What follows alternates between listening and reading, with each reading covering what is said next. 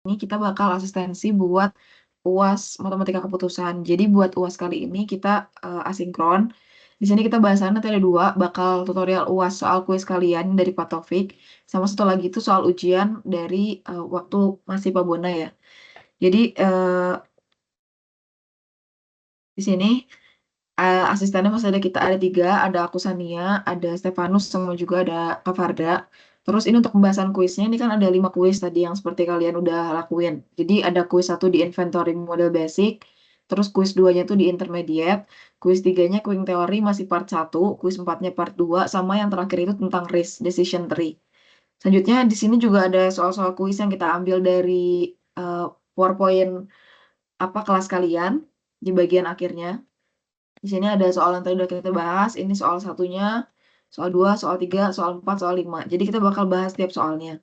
Jadi mungkin untuk pembahasan soal quiz inventory model dari nomor satu bakal aku bahas.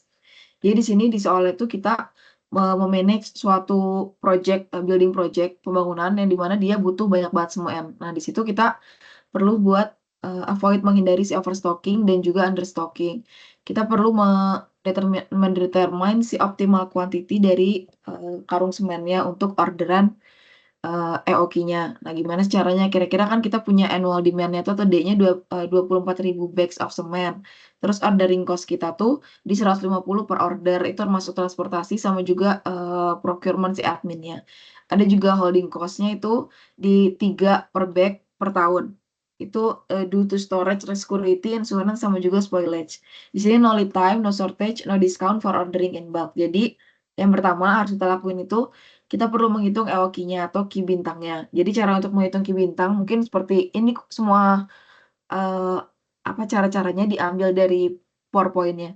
Untuk Ki bintang ini kan akar dari 2 DK per H. Jadi akar si Ki-nya ini tinggal 2 dimasukin dikali sama annual demand-nya, dikaliin sama ordering cost per holding cost-nya berapa.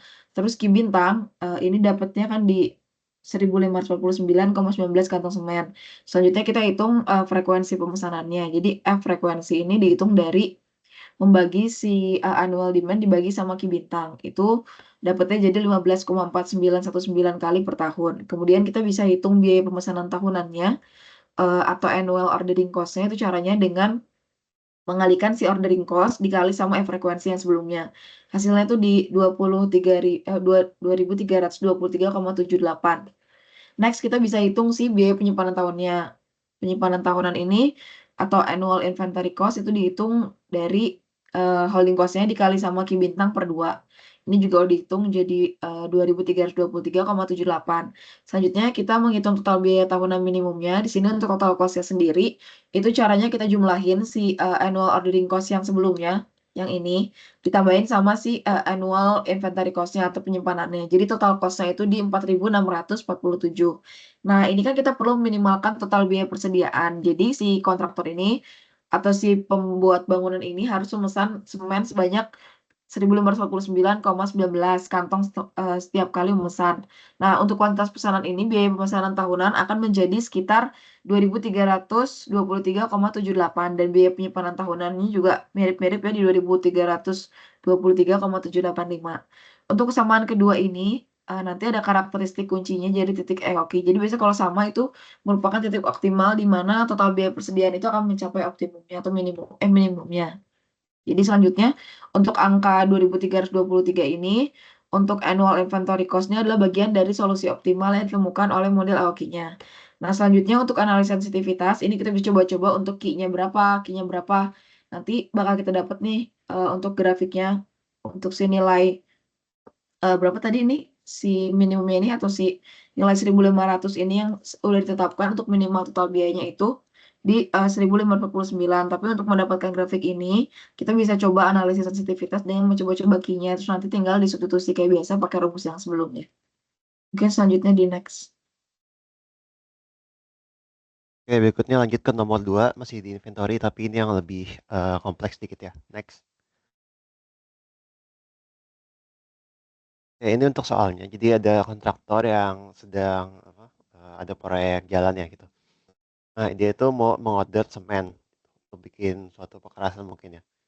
Nah, terus dia tuh dikasih data-data sebagai berikut. ada annual demand-nya itu 11.520 kantong semen, kemudian ordering cost-nya ada fungsi sebagai berikut, kemudian holding cost-nya itu 5 per bag per year.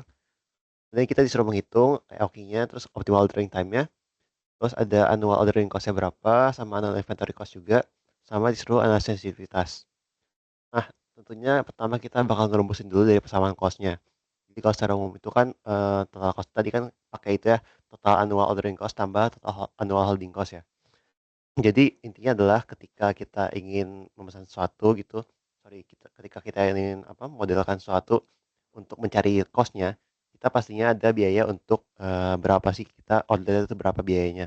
Sama ada juga biaya untuk ketika kita nyimpen ya gitu. Jadi konsep dari inventory sebenarnya seperti itu, ada biaya order sama biaya nyimpen. Makanya kita dapat rumusan itu yang di bawah itu ada K, K dalam kurung Q, kemudian D per Q.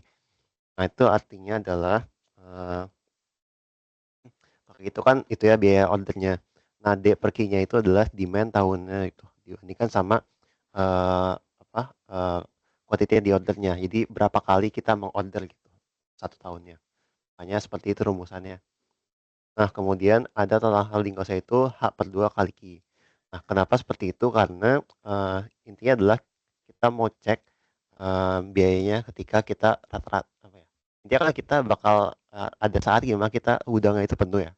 Ada saat juga di mana gudangnya itu kosong, maka kita ambil rata-rata itu jadi, H/2 gitu, seperti itu. Seperti itu harusnya jadinya, H kali Q/2 ya gitu, karena kan kuantitinya yang dirata-ratakan itu, antara kosong sama yang penuhnya. Iya, ketika kita masukkan nanti dari persamaan atas tadi yang K sebagai fungsi dari Q itu, nah kita bakal dapat rumusan yang di sebelah kanan tuh yang C sebagai fungsi dari Q itu sama dengan 1.152 11.520 dan seterusnya itu ya. Next. Oke, yang pertama perhitungan EOQ-nya. Jadi EOQ ini pada dasarnya adalah titik optimumnya ya, gitu. Mana itu bisa diperoleh dengan cara, menurunkan aja gitu. Jadi seperti yang udah kalian pelajari di TPB dan seterusnya, tinggal kita turunkan aja itu sama sama dengan kadangan nol, kita dapat titik ekstrem itu di mana gitu. Itu kebetulan dapat EOQ-nya adalah sebesar, eee, 2146,625. Nah, tapi kalau kita cari syarat yang di soal tadi itu, dia tuh maksimumnya itu hanya di 2000 gitu. Jadi kalau lebih dari 2000 itu udah nggak berlaku lagi si fungsi yang tadi itu. Makanya kita ambilnya di 2000-nya aja gitu. Karena udah nggak bisa kita ambil yang 2146,625-nya itu. Berikutnya untuk optimal ordering time-nya itu tinggal bagi aja antara Q dengan D-nya. Jadi quantity dibagi dengan demand yang dibutuhkan, dapatnya adalah 0,174 tahun untuk waktu, antar ordernya. Jadi itu adalah waktu antar ordernya yang optimal. Jadi dapatnya berarti sekitar, 63 hari kalau dapat 0,174 itu. Nah, kemudian kita ngitung juga, annual ordering sama holding cost-nya. Nah, ini kita, karena nggak jelasin soalnya, jadi kita pakainya yang EOQ-nya aja gitu. Nah, cuma masalahnya adalah ketika kita ngecek ke fungsi yang annual ordering cost-nya itu yang K sebagai fungsi dari Q itu tuh bakal dapat 0 gitu kalau di, 2000. Soalnya kita kalau misalnya pakai ya, kita nggak bisa pakai 2140,625 karena bakal dapat minus kan.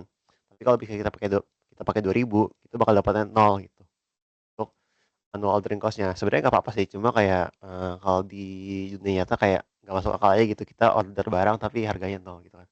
Apa, harga ordernya. Apakah free ongkir atau seperti apa kan nggak tahu.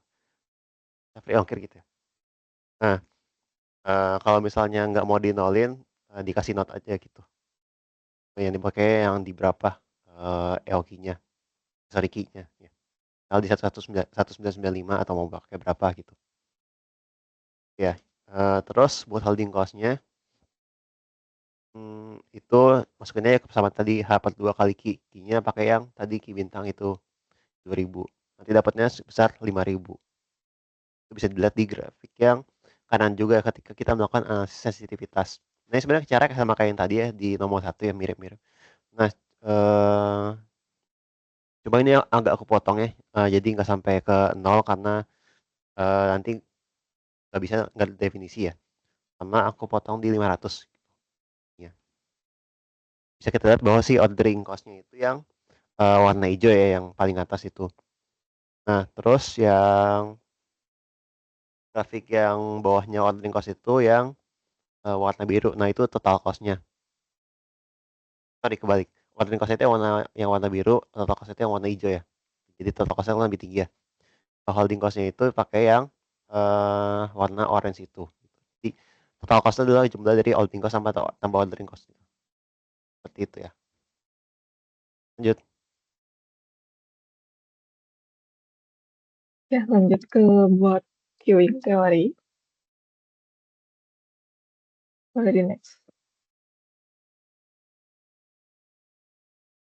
Oke, buat yang queuing teori ini soalnya ada di depan. Nah, intinya di soal itu sebenarnya kita tahu kalau satu jalan itu dia punya revolve rate yang secara konstan sebesar 1400 PCU per hour.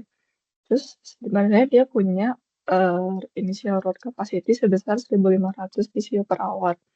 Tapi karena ada gangguan, makanya dia ada reduce capacity sampai ke 750 PCU per hour.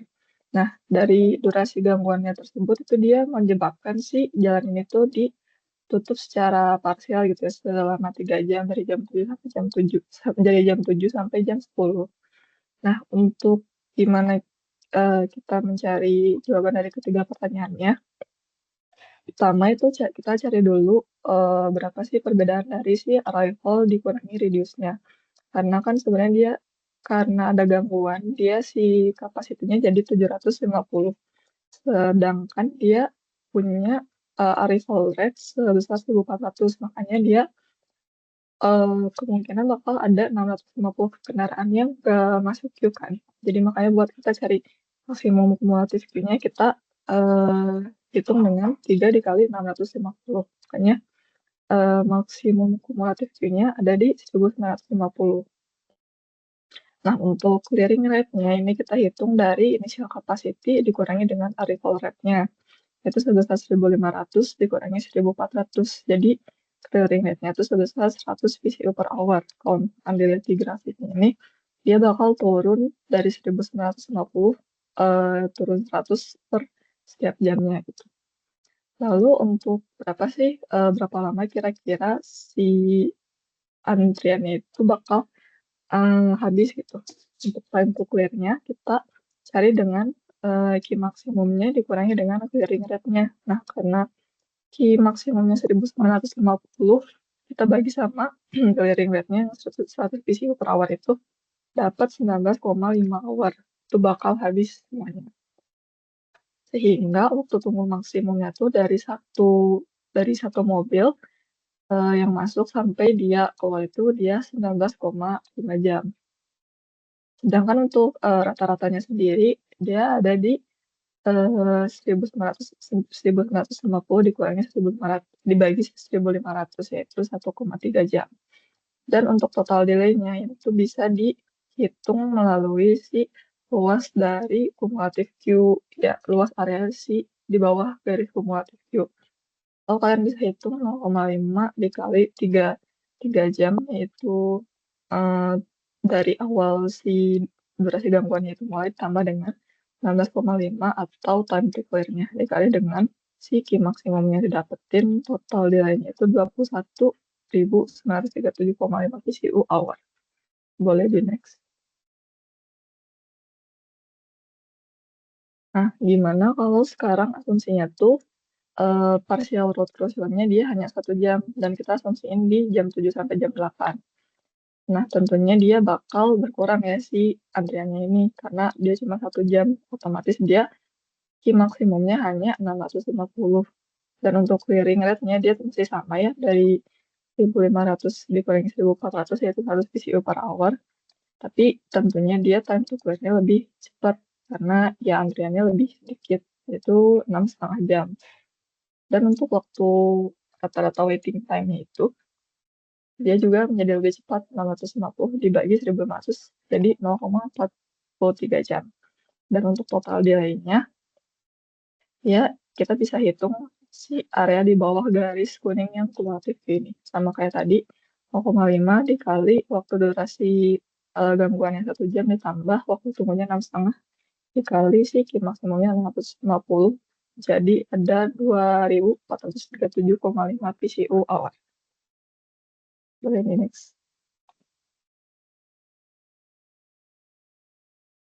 Oke, sekarang coba kita bahas queuing teori yang dari soal selanjutnya, PPT selanjutnya.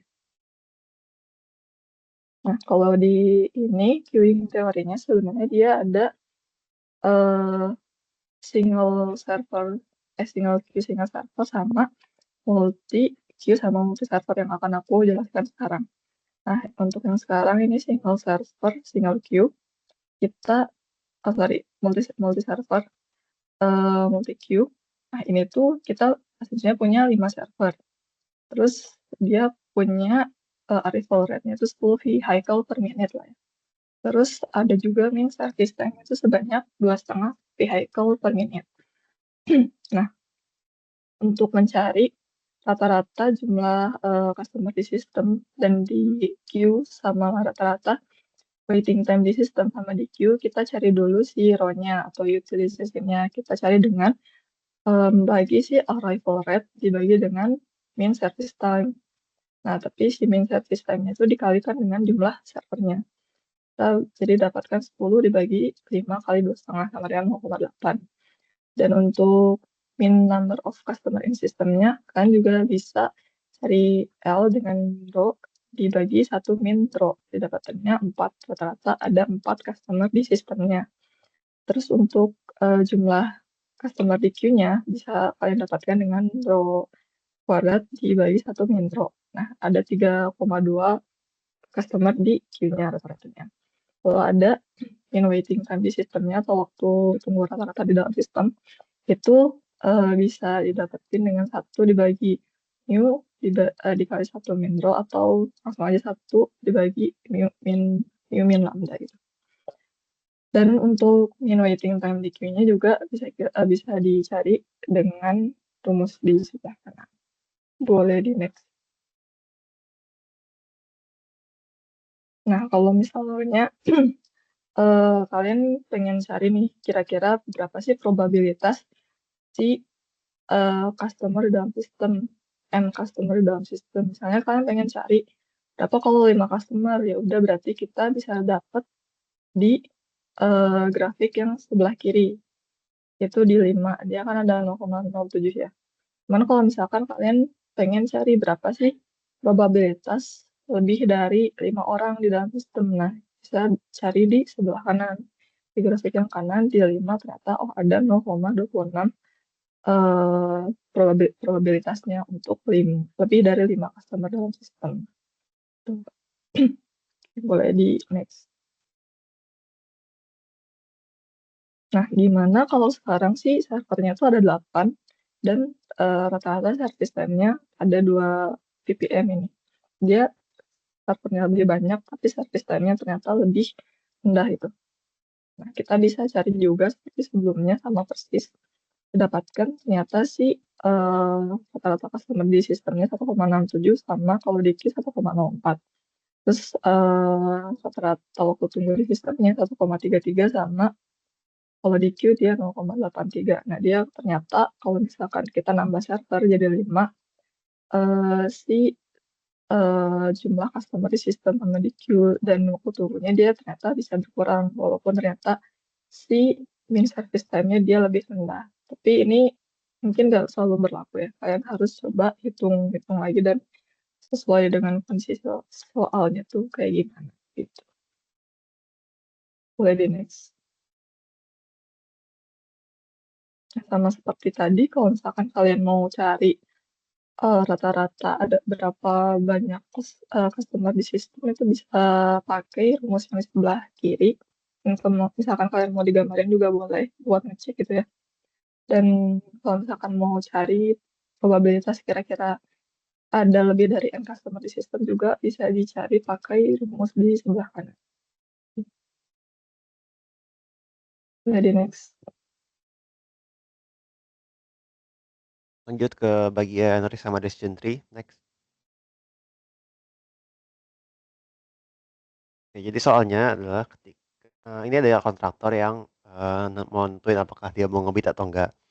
Nah, dia tuh bakal terkait sama soal investigation ataupun investigasi tanah gitu. Jadi dia mau ngecek apakah tanahnya itu bagus atau enggak gitu. Apakah perlu tes atau enggak gitu. Nah, habis itu apakah perlu ngebit atau enggak. Nah, nanti berarti kita perlu cek apakah eh, si hasilnya itu nanti profitable atau enggak buat dia gitu. Untuk menentukan apakah dia harus tes atau enggak sama harus sama harus bid atau enggak. Nah, untuk kasus yang ngecek pas ngebitnya atau enggaknya, itu nanti bakal kita cek ketika nanti tesnya itu hasilnya negatif gitu. Jadi ketika negatif, apakah sebaiknya ngebit atau enggak. Nah, ini ada beberapa asumsinya. Jadi yang pertama, kalau misalnya hasil tesnya positif, itu ada dua kemungkinan. Nah, itu ada real positif sama false positif. Jadi masih bisa salah sebenarnya gitu. Kalau misalnya hasilnya positif. Sama sebenarnya ini tuh ada soal sebelumnya yang dahulunya gitu. Jadi harusnya tuh ada probabilitas 0,6 itu baik ya. Sama 0,4 itu buruk gitu. Salah ya. Nah, untuk yang positif ini, jadi itu artinya adalah tesnya itu hasilnya baik itu soalnya dan aktualnya juga ternyata baik.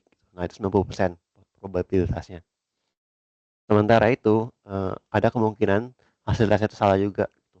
Itu 30% untuk yang hasil tesnya positif tapi ternyata aktualnya negatif gitu. Nah, sementara buat yang negatif itu ada dua kemungkinan juga gitu. Kemungkinan negatifnya itu emang benar-benar negatif 10%. Tapi ada kemungkinan bahwa negatifnya itu ternyata positif itu 10%. Jadi lebih kecil kemungkinannya. Nah, berapa asumsi yang lainnya itu terkait sama cost sama future profitnya ada di bagian yang bawah itu ya. Jadi ada kalau misalnya kita dapatnya tanah yang bagus, itu dapat profit 200.000. Nah, tapi kalau tanahnya buruk, itu kita bisa dapat kerugian sebesar 100.000. Sementara harga soal investigasi itu 10.000.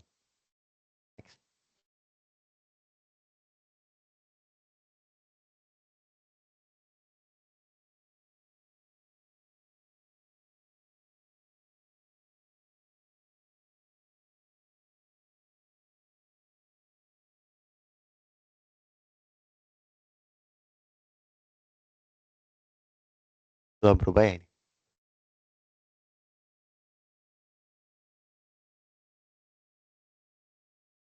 Oke. Nah, ini kalau yang dari PPT Bapaknya langsung ke ambil aja sebenarnya ini. Jadi kita bikin decision tree-nya dulu, kan ada yang diagram yang kayak ada fork-forknya itu ya. Nah, jadi yang that's itu yang no soil test tuh. Ada kemungkinannya dua, good soil tuh bad soil. Yang bawah bawah juga gitu ya. Nah, untuk yang good soil itu kan 0,6. Berarti kita bisa ngitung si P1-nya itu. Nah, itu tinggal kalian itu antara probabilitasnya dengan kayaknya tadi tuh yang si biayanya itu.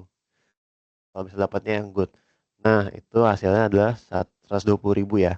Karena 0,6 itu peluang good soilnya. 200.000 itu harga kalau misalnya dapat good soil. Seperti itu. Terus sama juga buat yang FV2-nya itu. Yang kalau dapat bad soil itu jadinya minus 40.000 karena probabilitas bad soil itu adalah 0,4 gitu. Sementara kalau dapatnya bad soil itu kita dapat minus 100.000. Nah, jadi untuk no soil test itu tinggal kita jumlahin aja si EV-nya itu EV1 sampai EV2. Dapatnya adalah sebesar 80.000. Nah, hal yang sama mirip-mirip gitu kita lakukan dengan yang di bawah itu. Nah, cuma kan bedanya ini ada yaitu ya, ada tadi ada suatu yang nggak saling lepas gitu ya. Jadi kalau walaupun kita dapat hasil itu yang positif, kita tuh masih bisa dapat ternyata hasil yang salah juga gitu. Jadi ada peluang di dalam peluangnya itu. Makanya kita pakai teorema Bayes itu yang Bayes theorem itu. Nah, itu kalau mau kalian ingat-ingat lagi itu silakan buka materi StatProp ya. Nah, itu nanti dapatnya intinya pakai rumus sendiri kanan itu nanti dapatnya berapa peluangnya untuk masing-masingnya itu. Jadi nanti bisa dapat nah nanti bisa kita dapat tuh si P2 sama dengan positifnya sama P2 negatifnya itu berapa tuh ya. Next.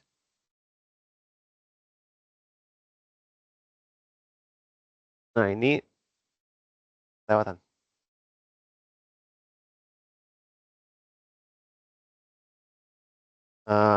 Kemudian tadi kan udah dihitung tuh. Ini yang atasnya kan masih sama ya, karena tadi cuma sedikit doang ya. Nah, tapi yang bawahnya kita lanjutin perhitungannya. Sekarang kita ngitung si EV-nya juga buat yang di kalau misalnya kita ngelakuin solid test. Nah, itu tinggal dikalikan aja hasil yang pakai bias term tadi itu dengan si biayanya itu. Jadi kalau misalnya dapat tanahnya bagus kan berarti dapat untung ya 200.000 ya. Tapi kalau tanahnya buruk kan dikasih minus 100.000 gitu. Dan dikasih penalti gitu. Jadi itu untuk masing-masing kondisi aktualnya ya. Jadi bukan hasil tes tapi yang aktualnya seperti apa. Nah, itu kita masukin dikalikan sama probabilitasnya itu berapa. Misalnya kita kalau misalnya hasil tesnya positif tapi ternyata aktualnya positif juga gitu. Berarti kan 0,82 kali 200.000. Nah, tapi kalau misalnya hasilnya negatif gitu, walaupun hasil tesnya positif, jadi kita pakai yang fork yang keduanya itu. Dapatnya berarti 0,18 dari hasil hitungan tadi itu yang peluangnya itu dikali sama minus 100.000 dapatnya minus 18.000 dan seterusnya. Nanti setelah itu kita bisa dapat si efek buat yang soliditasnya itu dengan cara menjumlahkan aja semuanya itu dikalikan sama probabilitasnya. Probabilitas yang hasil tesnya positif itu kan 0,66 ya. Nah, itu berarti nanti dikalikan sama total dari yang efek good hasil efek good dalam hasil tes yang positif eh, ditambah sama efek poor yang hasil tesnya positif gitu. Intinya yang hasil tesnya positif itu dikumpulin lagi tuh jadi satu dikali sama peluang tesnya itu positif itu berapa kan 0,66 berarti tinggal dikaliin aja gitu. Nanti dihalkan juga sama untuk yang hasil tesnya negatif. Nah, dapatnya adalah 79720 untuk efek yang solid testnya itu. Next.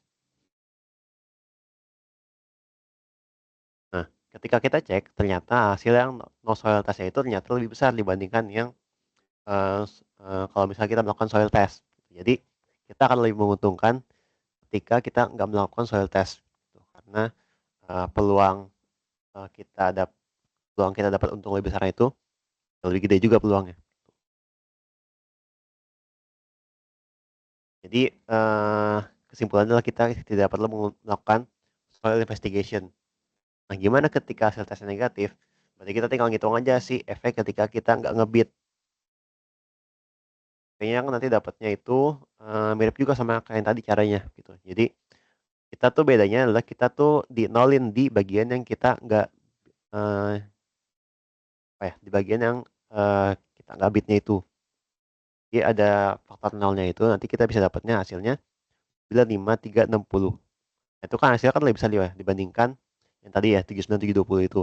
Yang kalau misalnya kita eh tetap ngebit gitu. Jadi kita kesimpulannya adalah kita bijak gitu ketika kita melakukan decision untuk nggak ngebit ketika hasil tesnya negatif. Decisionnya adalah untuk tidak ngebit. Ya, oke. Lanjut. Udah ya.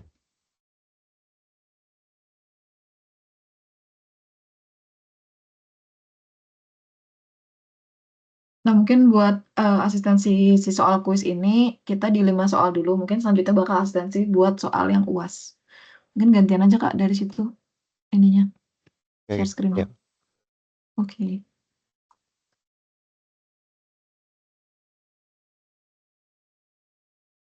Ya udah ya. Jadi tutorial UAS sebenarnya pakai soal yang 2 tahun lalu ya karena yang tahun lalu nggak tahu kemana soalnya gitu. Jadi ya nggak apa-apa lah. Ini aku udah ulang PPT-nya ya.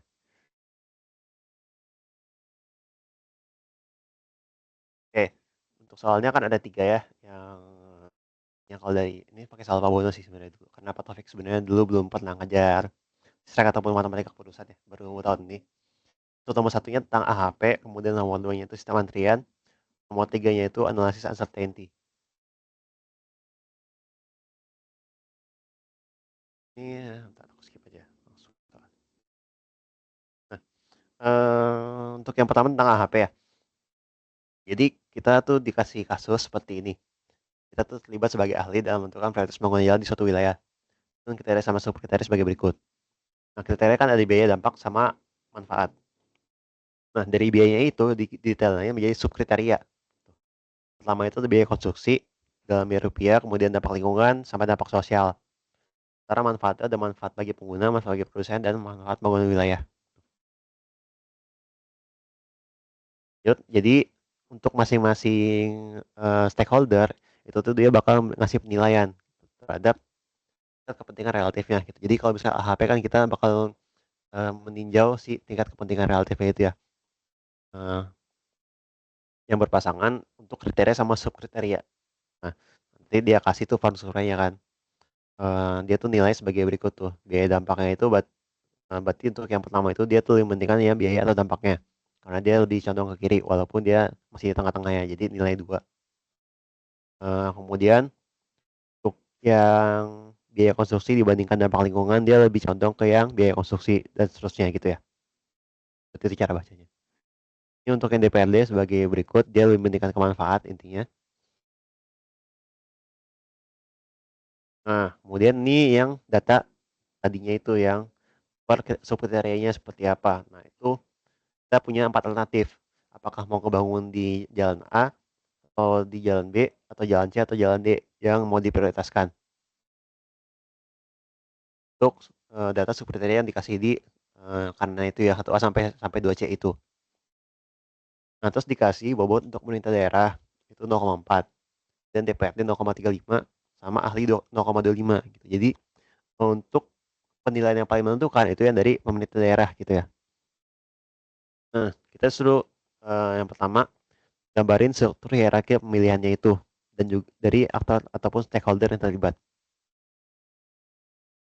Kemudian disuruh isi penilaian, jadi kita juga disuruh nilai ya. Kita sebagai ahli di situ. Formnya sama kayak yang tadi ya.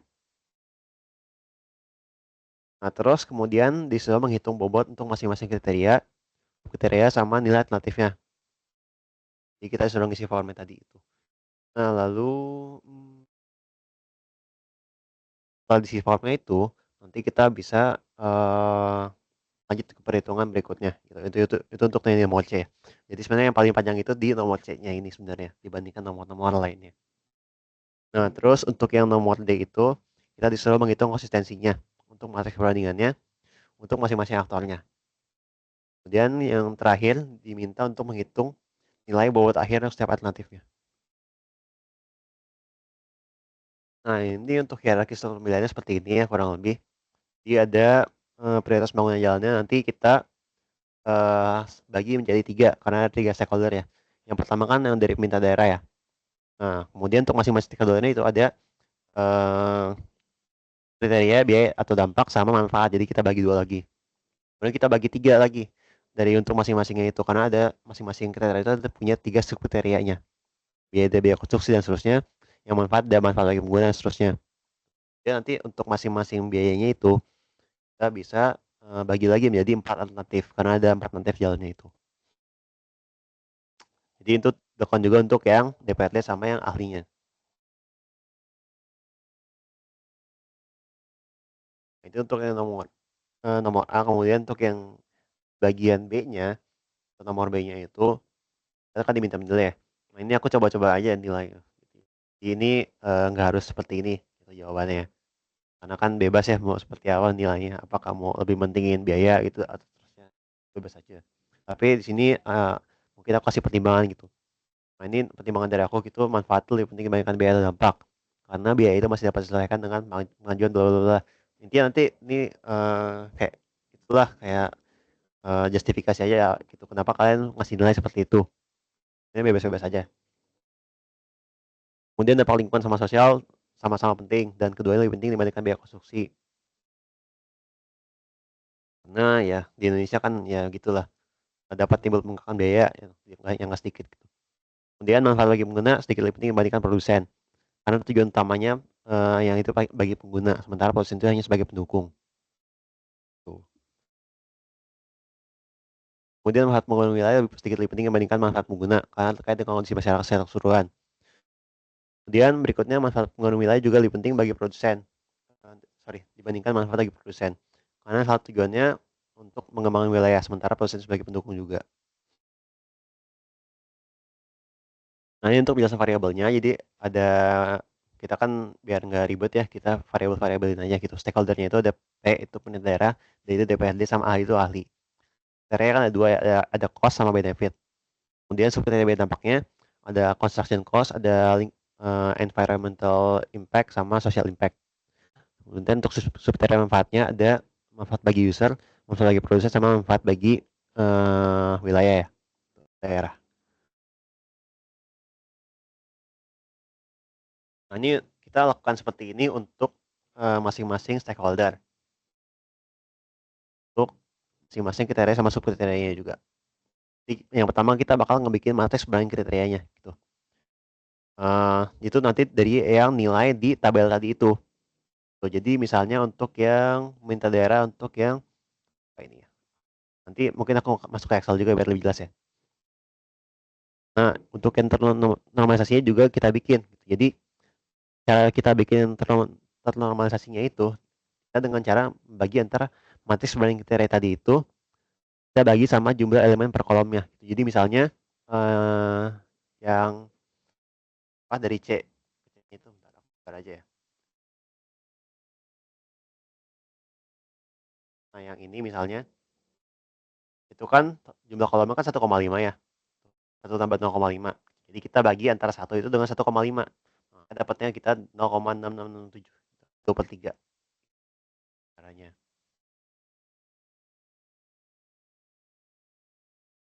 Kemudian kita hitung juga bobot kriterianya dengan cara membagi di matriks yang ternormalisasinya itu dengan rata-rata per barisnya. Kita ngitung rata-rata per barisnya untuk yang matriks ternormalisasinya itu. Jadi kita jumlahkan yang baris pertama, kemudian kita bagi sama jumlah kolomnya itu berapa. Kita dapat rata-ratanya seperti itu. Oke. Kemudian kita lakukan juga untuk yang subkriteria biaya atau dampak. Sama juga caranya, nanti dinormalisasi juga, kemudian nanti kita bobotkan.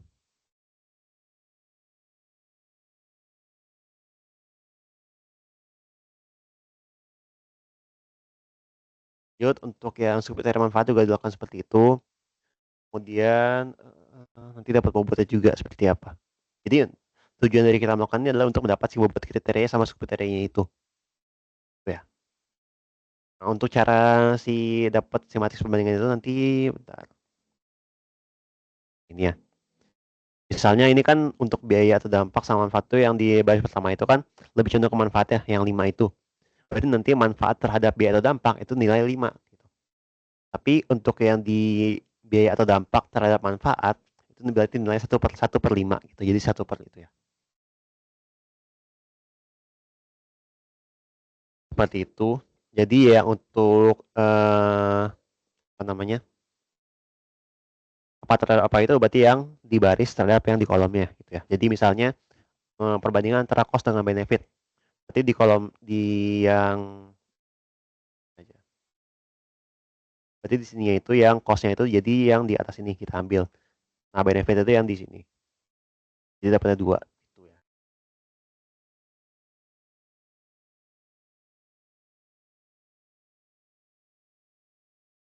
Nah, ini buat yang DPRD juga sama dihitung juga.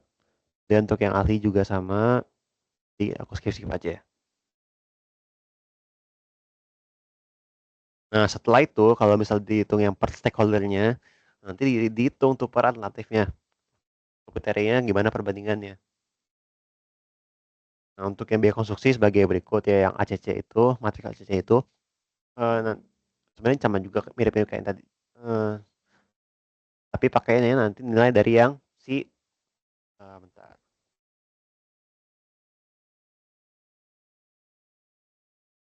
Nah, dari sini ya, itu untuk menentukan si matriks tadi itu. Jadi misalnya, membangun ruas jalan A terhadap ruas jalan B untuk kriteria 1A. Gitu. Jadi kita pakainya 154. 154,6,3 per 1231,1 gitu. Nah, contoh caranya ya. Tapi buat yang di kos ini, kalau dari aku ya, itu aku balik dulu gitu. Jadi nilai itu 1/nya gitu. Untuk yang di tabel ini. Di tabel tabel awalnya tuh harus kita koreksi dulu gitu. Untuk yang kosnya itu kita balik atau misalnya kita kasih minus atau seperti apalah. Karena kan nanti si kosnya itu sifat itu beda sama yang di apa ya, yang manfaat itu atau yang benefit itu yang kriteria 2 itu. Jadi yang untuk kriteria 1 itu kita harus balik dulu gitu. Jadi 1/nya. Karena dia sifatnya adalah merugikan gitu ya.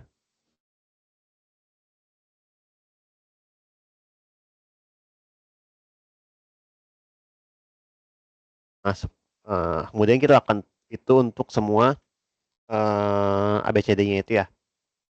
Nanti kita setelah itu kita ngebagi sama jumlah elemen per kolomnya juga sama kayak yang tadi untuk kita normalisasi gitu. Nanti dapatnya sebagai yang di bawah itu untuk matriks ternormalisasinya. Kemudian kita hitung rata-rata per barisnya. Ya, nanti dapat yang sebelah kanan itu yang bobot antara subkriteria biar konstruksinya. Itu kita lakukan untuk semua subkriteria juga. Jadi ada 6 ya. Ini memang agak banyak ya. Untuk yang manfaat ya.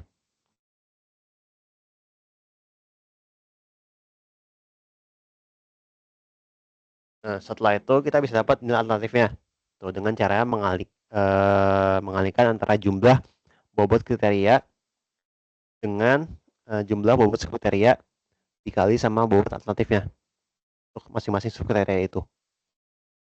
Nah, nanti kita bisa dapat nilainya untuk pemerintah daerah itu sebagai yang di sebelah kiri itu. Yang DPRD berarti yang sebelah tengah itu. Yang ahli berarti yang sebelah kanan.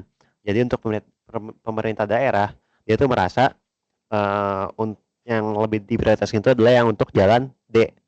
Sementara yang DPRD, dia lebih memprioritaskan yang jalan A. Karena paling tinggi nilainya. Kalau yang ahli, dia lebih memprioritaskan yang jalan A. Nah, itu kita buatkan lagi itu sebenarnya dengan nanti vote masing-masing stakeholdernya itu, tapi itu kan nanti ya di nomor yang selanjutnya ya. Nah, sebelum itu kita disuruh ngitung dulu si konsistensi matriks perbandingan itu. Nah, apakah konsisten atau enggak. Nah, tapi yang untuk yang 2x2 itu kita nggak perlu ngecek karena kalau 2x2 itu udah pasti konsisten ya. Itu gini kita rumuskan beberapa variabel. Yang pertama itu n itu berupa jumlah baris atau kolomnya. Kemudian ada juga n max itu adalah jumlah elemen matriks A W-nya itu. Nah, kemudian ada juga CI. CI itu adalah konsistensi indeks. Nah, itu kita bisa hitung dengan cara mengurangi antara n max dikurangi dengan n-nya dibagi sama n-1. Jadi n itu adalah jumlah ada berapa sih baris atau kolomnya. N max-nya itu dia itu jumlah dari elemen-elemennya atau isi-isi dari matriksnya itu. Berapa sih jumlahnya dalam itu. Nah, kemudian ada juga RI ya. Itu adalah Random Consistency Index. Itu bisa kita hitung dengan cara pakai rumus yang di itu ya 1,98 n-2 per n itu. Nah, kemudian ada juga konsistensi ratio. Itu dengan cara kita membagi antara CI atau konsistensi indeks dengan random konsistensi indeksnya itu atau RI. Syaratnya ketika dia konsisten berarti dia tuh harus kurang dari sama dengan 0,1 untuk CR-nya itu. Nah, itu kita cek untuk semua matriks subkriteria tadi itu. Nah, yang matriks yang kriteria itu pasti konsisten ya. Jadi kita bisa gitu untuk masing-masingnya. Misalnya untuk yang matriks yang biaya atau dampak yang apa ini ya? Untuk yang pemerintah daerah ya. Jadi yang APC itu kita kalikan sama bobotnya ya, yang WPC-nya itu. Nah, nanti dapat untuk yang C berapa, E-nya berapa sama S-nya berapa. Jadi untuk yang biaya konstruksi, biaya dampak lingkungan sama dampak sosialnya itu berapa. Nah, nanti kan bisa kita dapat ya berapa N max-nya itu. Nah, itu dengan cara menjumlahkan aja itu yang di itunya yang di matriksnya itu. Jadi nah, jadi 2,13 tambah 0,67 tambah 0,8 nanti dapatnya 3,08 5,9. Nah, ini sebenarnya kebanyakannya komanya. Nanti dideketin aja gitu kalau misalkan soal seperti ini. Kemudian kita bisa ngitung CI-nya sama RI-nya pakai rumus tadi itu. Setelah itu kita bisa dapat CR-nya. Nanti kita cek, ini kan ini kan kurang dari atau sama dengan 0,01 ya. Sorry, kurang itu sama dengan 0,1 ya. Berarti dia itu konsisten gitu. Berarti dia oke. Dan seterusnya kita ngitung juga untuk yang subkriteria lainnya untuk masing-masing stakeholder.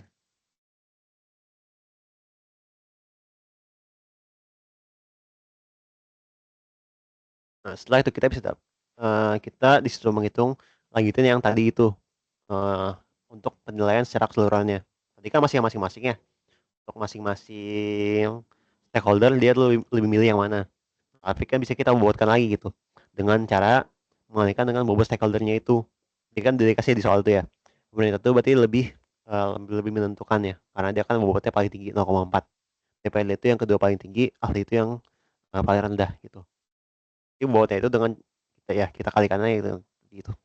Setelah itu kita jumlahkan. Nah, jadi dapat bobot akhirnya itu sebesar untuk yang alternatif A itu 0,268 dan B itu 0,27.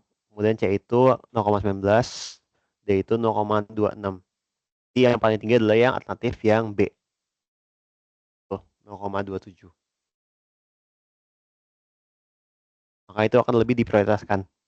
Nah, yang kedua paling diprioritaskan berarti adalah yang alternatif A, karena dia kedua paling tinggi. Ketiga alternatif D, karena dia ketiga paling tinggi, sama yang paling tidak diprioritaskan itu yang alternatif C. Nah, dia paling rendah.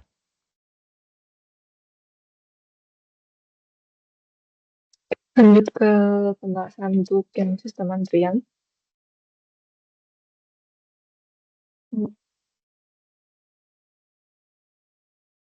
Oke, jadi untuk soalnya sendiri ini ada satu bandara. Nah, ada counter check-in-nya. Buat waktu pelayanan rata-rata per penumpangnya itu 3,5 menit per penumpang. Nah, kalau harinya nggak sibuk, ternyata kedatangan penumpangnya adalah 12 penumpang per jam. Sedangkan kalau hari sibuk, ternyata kedatangannya adalah 30 penumpang per jam. Nah, dengan menganggap kondisinya itu steady state atau konstan, si kedatangannya, pada hari tidak sibuk hanya dibuka satu counter, sementara pada hari sibuk dibukanya 2 counter. Perkirakan panjang antrian rata-rata dan berapa waktu menunggu rata-rata, serta berapa peluang terjadi antrian di atas 5 orang. Nah, untuk ketika hari sibuk dengan 2 counter, ada 2 alternatif sistem antrian itu multi-server, multi-queue, atau multi-server, single queue. Lalu ditanyakan juga berapa panjang antrian dan waktu tunggu rata-rata, lalu untuk multi-server, multi-queue, dan multi-server, single queue. Dan kita juga harus memberikan usulan mana kira-kira sistem yang lebih baik. Boleh di next. Nah, untuk dari soalnya kita lihat dulu untuk kondisi tidak sibuknya. Untuk kondisi tidak sibuk, kita punya tingkat kedatangan atau arrival rate-nya itu 12 penumpang per jam. Dan tingkat pelayanannya itu 3,5 menit per penumpang. Artinya kalau untuk per jamnya itu ada 17,143 penumpang per jam tingkat layanannya. Dan dibukanya satu counter. Sedangkan untuk kondisi sibuk itu ada 30 penumpang per jam dan tingkat pelayanan itu 3,5 menit per penumpang. Berarti kalau misalkan diubah jadi 17,143 penumpang per jam sama. Dan dibukanya 2 counter. Dengan alternatif sistemnya itu multi-server multi-queue atau multi-server single queue. Boleh di next. Nah, untuk perkiraan panjang antrian rata-rata ini seperti yang dijelaskan Pak Taufik juga sih, rumus-rumusnya sama ya harusnya. LQ sama dengan rho kuadrat dibagi 1 min rho. Cuman berarti kalau kayak gini berarti kita akan harus hitung dulu ya rho-nya. Rho-nya itu adalah arrival rate dibagi dengan rata-rata pelayanannya itu. Berarti kan 12 dibagi 17,143 kita dapetinnya untuk panjang antrian rata-ratanya itu ada 1,63 penumpang. Sedangkan untuk waktu menunggu rata-rata penumpang pada hari sibuk, pada hari tidak sibuk ini sama ya, kita bisa tentukan juga dengan rumus yang sudah dijelaskan di soal kuis sebelumnya. Sama dengan 1 per mu dikurangi lambda, dan kita dapat 0,194 jam atau sama dengan 11,67 menit. Dengan waktu tunggu dalam antriannya itu sendiri, kita bisa cari dengan rho bagi mu dikali 1 min rho, kita terdapat 0,136 jam alias 8,17 menit. Boleh next. Nah, sedangkan kita ditanya juga nih berapa peluang terjadi antrean di atas 5 orang. Ya sama ya, berarti ini 1 dikurangi P0, P1, P2, P3, P4, P5. Dan P0-nya ini sendiri kita hitung dari 1 min rho alias 1 dikurangi 0,7 sampai dengan 0,3. Dan untuk P-nya kita bisa hitung dari rho pangkat N dikali dengan P0. Nah, kita hitung satu-satu peluang terjadinya 1 sampai 5. Nah, kita dapatkan ternyata untuk peluang terjadi antrean di atas 5 orang berarti 1 dikurangi 0,3 dan seterusnya, dan didapatin peluang di atas 5 orang tuh 0,118. Boleh di next. Nah, ketika sedang hari sibuk dengan 2 counter, ini ada 2 alternatif sistem antrian itu multi server dan multi queue atau multi server single.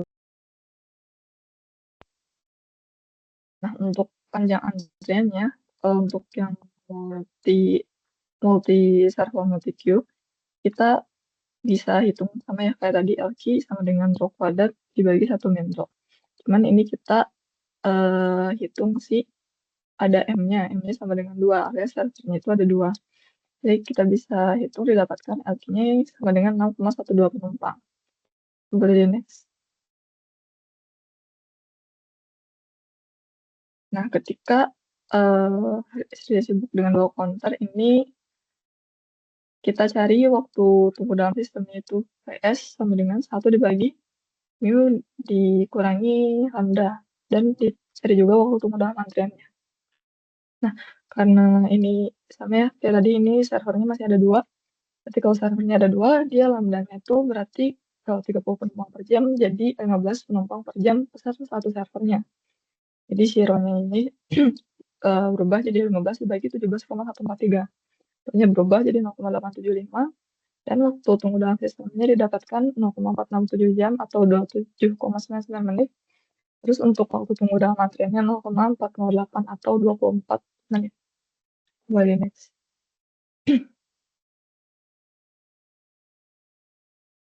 Nah, kita cari juga nih berapa panjang antrean dan waktu menunggu rata-rata kalau sistemnya itu dia multi server single queue. Nah, tadi kan sebenarnya dia multi server multi queue. Nah, kalau yang untuk multi server single queue ini dia agak beda hitungannya. Kita tahu si counternya ada 2, lambdanya ada 30 penumpang per jam, dan mu-nya 17,143 penumpang per jam per server. Nah, kita cari dulu probabilitas 0 unitnya dalam sistem itu berapa. Kita bisa cari dengan ya rumus yang di bawah ini dan didapatkan juga nanti si P0-nya itu sama dengan 0,066 alias probabilitas terdapat 0 unit dalam sistemnya itu 0,066. Jadi next.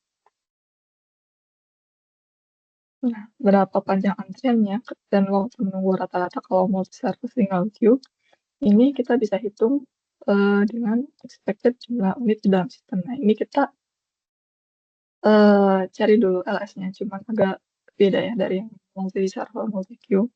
Kita bisa cari dengan rumus yang di tengah ini kalikan dengan P0-nya. Nah, dari LS-nya ini sendiri, saya mungkin kelihatan ribet ya, cuman si rumusnya ya langsung digunakan saja. Kita dapatkan si LS-nya ini tuh ada 7,46 penumpang. Boleh di next.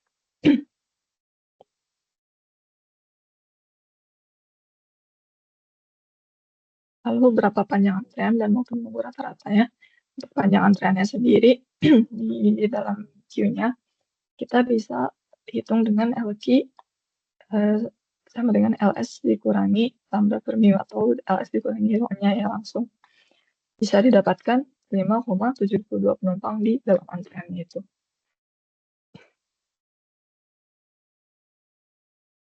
Nah, untuk waktu tunggu dalam sistemnya, ini sama aja dengan yang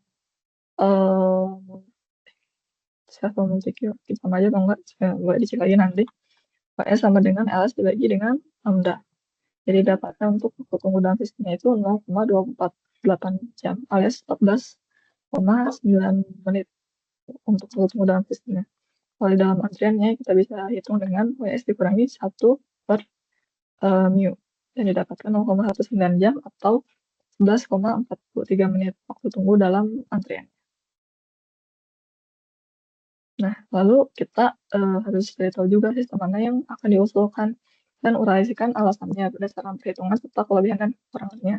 Kalau misalkan kita pakai yang multi server multi queue, itu sebenarnya dia mungkin kelihatannya lebih cepat ya, kayak ya server dan queue. Dan sebenarnya si customer-nya itu sendiri bisa berpindah dari satu queue ke queue yang lain. Misalkan dari queue counter 1 ke counter 2 itu bisa berpindah-pindah si customer-nya. Terus space-nya juga lebih efisien karena antriannya juga nggak akan terlalu panjang. Enggak, ya tuh kalau dilihat dari space-nya ya secara kasarnya. Kalau misalkan, tetapi ini ada minusnya itu ada ketakutan ternyata si customer itu dia masuk ke queue-nya yang salah ternyata, atau mungkin dia kira queue-nya itu bakal cepet tapi ternyata dia lambat. Jadi nanti kan dia akan pindah-pindah ya, pindah-pindah queue-nya.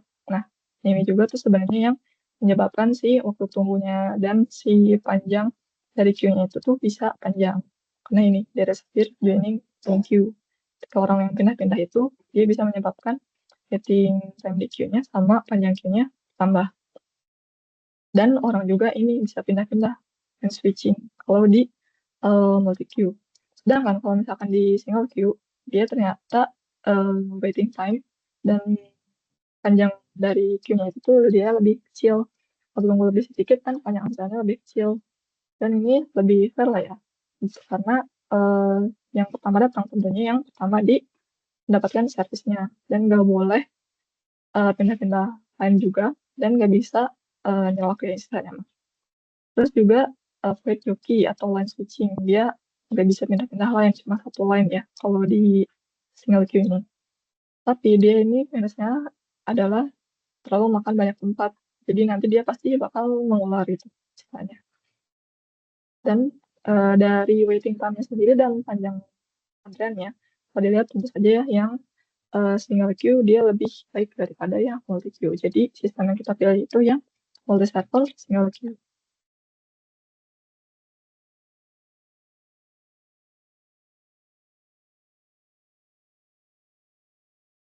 Selanjutnya ini buat pembahasan yang nomor 3. Jadi untuk nomor 3 itu ada analisis uncertainty. Boleh di next. Nah, jadi di sini tuh kasusnya kita punya kontraktor yang bakal ngikutin proses lelang jasa konstruksi buat 5 proyek di tahun depan. Nah, misalnya kontraktor tersebut memenangkan setiap proyek itu butuh tambahan orang 15 orang. Berarti pada kondisi ini ketika sama sekali nggak ada yang diketahui jumlah proyek yang akan dimenangkan oleh kontraktor, mereka ini harus mulai buat bikin proses rekrutmennya seperti apa. Nah, ini juga misal rekrutmen ini tuh setelah diketahui jumlah proyeknya yang akan dikerjakan, semuanya akan terlambat dan kemungkinan besar ini bakal ada pekerjaan yang gagal. Nah, kalau jumlah yang direkrut atau pekerjaan yang dipekerjakan itu kita asumsikan XA. Terus jumlah yang kurang dari yang diperlukan itu jumlah karyawan yang diperlukan itu XR, biaya tambahan pegawai tahun depan itu CA. Jadi kita bakal merumuskan dengan persamaan CA sama dengan 0,55 XR ditambah XR min XA dikali 2,5 ditambah Y. Nah, sementara itu buat jumlah yang direkrut atau XA tadi itu lebih besar atau sama dengan yang diperlukan XR-nya, biaya tambahan pegawai tahun depan atau CA akan mengikuti persamaan berikut. Nah, untuk CA ini tuh dia satuannya itu dalam miliar rupiah ya, miliar per tahun. Sedangkan Y-nya itu adalah nilai batas dari 0 sampai 1. Jadi ini kita dikasih kebebasan buat milih nilainya. Jadi mau dari 0, 0,1, 2 sampai 0,9 itu boleh. Boleh di next. Nah, untuk pertanyaannya sendiri, di sini kita yang pertama, yang A itu diminta buat menetapkan dan menuliskan nilai Y. Lalu kita buat matriks biayanya seperti apa. Kemudian yang kedua, kita merekomendasikan jumlah pengadaan pegawainya dengan pendekatan Laplace, Minimax, dan juga Savage. Untuk yang C-nya, kita juga perlu merekomendasikan jumlah pengadaan pegawai baru dan uraikan perhitungan dengan pendekatan Hurwitz. Nanti nilai A-nya itu boleh ditentukan sendiri juga. Kemudian yang D itu berapa tambahan pegawai yang Anda rekomendasikan, diberikan alasannya. Boleh di next.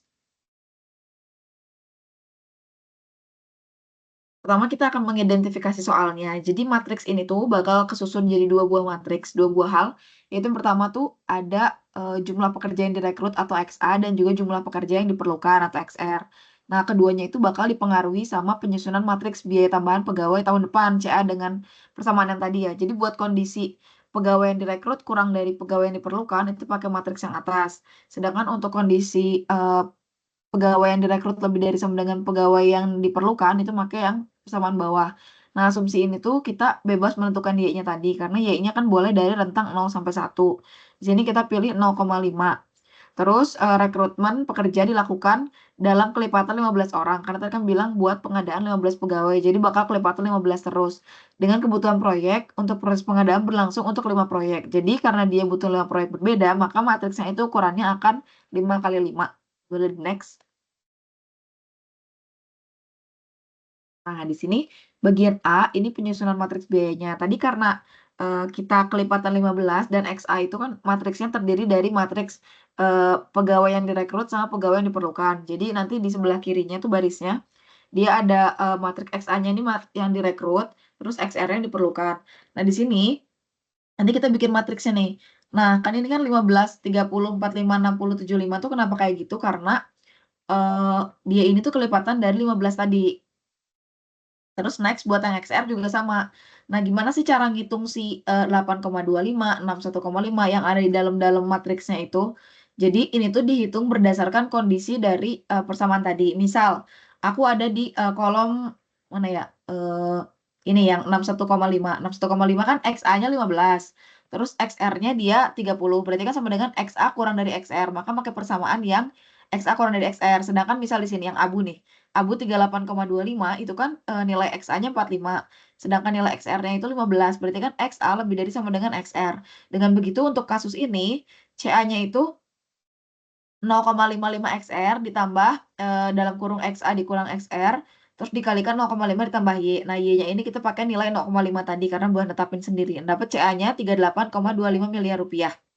Nah, catatannya, misalnya jumlah pekerjaan direkrut XA mulai dari 15 hingga 75 orang, dan jumlah pekerjaan yang diperlukan itu XR juga serupa. Jadi kita ngisi setiap isi dari matriksnya ini tergantung dari kondisinya. Boleh next.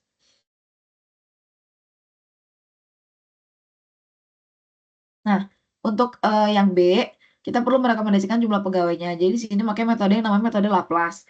Asumsi metode ini tuh kita menggunakan dasar prinsip alasan yang nggak cukup dengan menggunakan asumsi optimis. Dia itu asumsinya optimis karena nanti ada asumsi yang pesimis juga.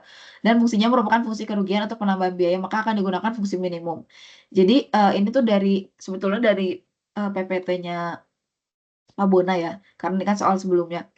Di sini tuh kita bakal diberikan P sama dengan probabilitas ya, probabilitas dari 1/5. Kenapa 1/5? Karena tadi tuh si jumlah matriksnya kan dari 1 sampai 5. Jadi kita probabilitasnya itu 1/5. Yang diharapkan untuk tindakan yang berbeda dihitung sebagai berikut. Nah, si E dari XA, pegawai yang direkrut ini, kan 1/N. N-nya itu kan 5. 1/5 dari dalam kurung ini tuh adalah 8,25. 61,5 itu adalah baris dari setiap matriks tadi. Tadi kan matriks tadi 5 kali 5, berarti kan ada 5 baris. Jadi ini bakal dihitung buat 5 baris yang berbeda. Ini tuh yang XA1, ini dihitung untuk baris pertama dengan hasil 114,75. Terus yang bawah juga buat baris kedua. Boleh next. Nah, ini tadi untuk baris ketiga, baris keempat, baris kelima. Nah, nanti kita pilih nih, mana yang nilainya paling kecil.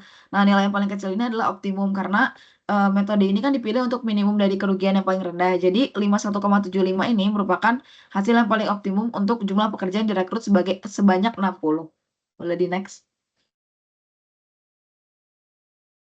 Selanjutnya kita bakal pakai pengerjaan dengan metode minimax. Jadi metode ini tuh asumsinya kita menggunakan dasar perilaku konservatif dari kondisi yang mungkin terburuk dengan minimum max-nya seperti apa. Metode minimax ini dilakukan dengan menentukan terlebih dahulu nilai maksimum dari setiap baris pada matriks biaya. Kemudian akan dipilih nilai minimum dari pilihan nilai maksimum tersebut. Jadi matriks biaya ini yang di awal tadi itu kalau bisa cukup dikerjainnya cukup teliti karena takutnya kalau dia ada yang salah, itu kan mempengaruhi ke nilai belakang-belakangnya. Apabila masih pakai metode-metode kayak gini.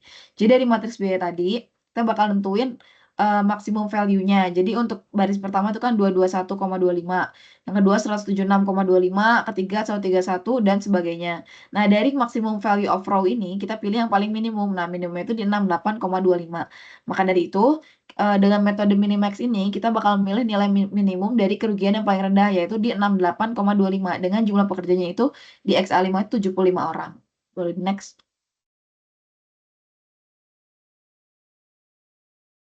Nah, ini selanjutnya untuk metode savage regret, di mana asumsinya itu menggantikan matriks hasil kerugian dengan suatu kerugian atau matriks regretnya menggunakan transformasi berbasis kolom. Jadi ini ada rumusnya, ini rumusnya mah agak ribet.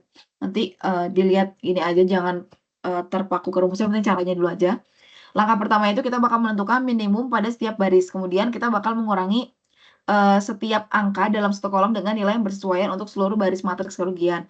Setelah itu, dengan langkah serupa dengan metode maksima, ditentukan nilai maksimum setiap baris dan nilai minimumnya. Nah, jadi dari matriks ini kita lihat nih minimum value setiap row ini siapa gitu. Kayak di baris 1 nih minimum value 8,25.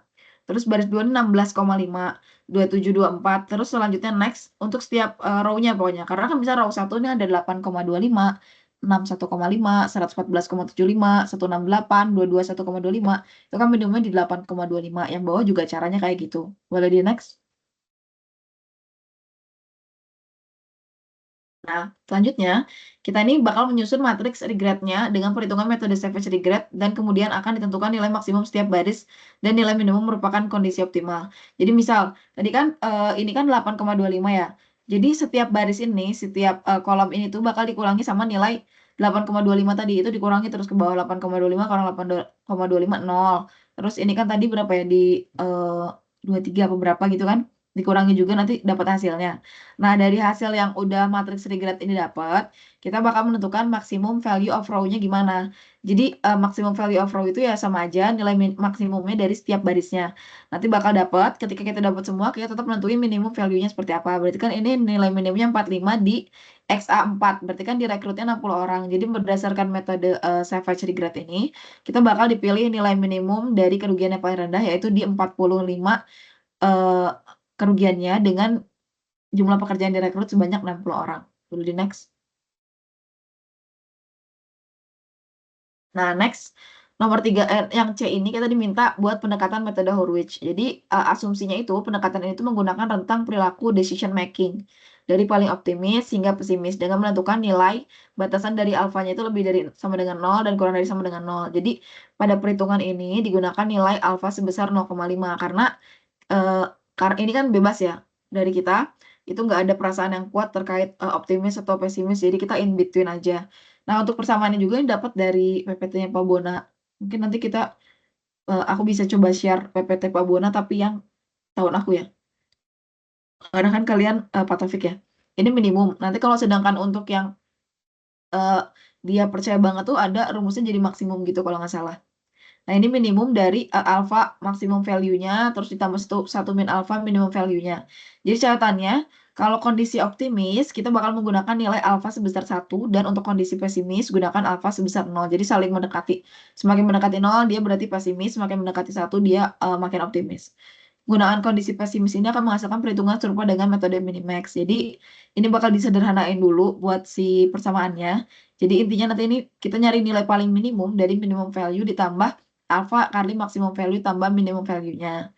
Boleh next.